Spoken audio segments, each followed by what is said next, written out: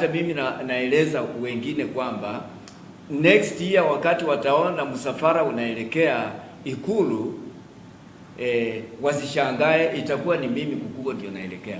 Wale viongozi walishindwa kutimisha malengo ya Wakenya wakati walikuwa wakihudumu kwa nyadhifa mbalimbali serikalini.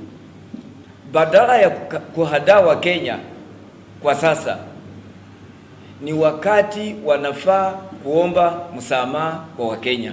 Kazi ambayo mimi nafanya, mimi ni mwanamuziki, na ni heri Wakenya mupanguze macho, muone mbele, muchakue mtu yoyote kuanzia sasa akuwe rais wa Kenya, awe mkulima, awe hata mtu wa chini ambaye anafanya kazi yoyote, kuliko hawa watu. Kurudisha hawa watu kwa uongozi tena ni kama kusababisha janga la uongozi wa taifa hapa nchini.